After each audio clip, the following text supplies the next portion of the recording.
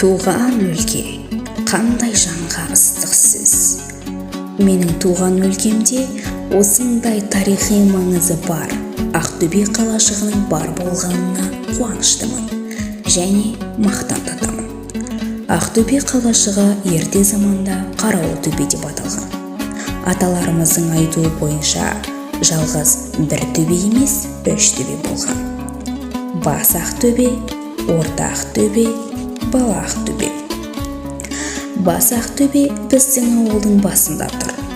Бұрын өте биік болған, кейін қазу жұмыстары жүргізілгенде аласып кеткен. Орта Ақтөбе Күшаман ауылының солтүстігінде орналасқан. Көп болса 7-8 километрдей, жай көзге көріне береді. Бала Ақтөбе Жамбыл ауыл жақта. Мына төбеліге қарағанда аласалау.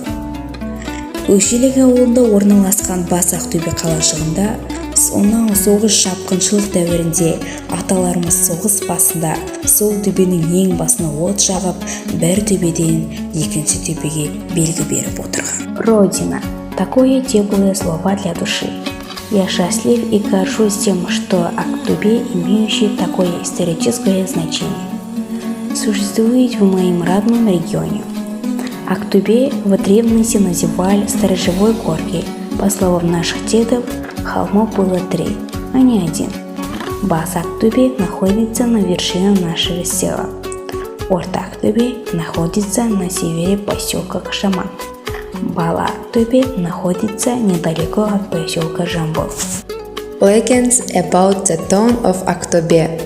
According to folk legends, during the time of the Turks, a Khagan ruled in Moyinkum, and he suppressed Hantau and suppressed Moyinkum.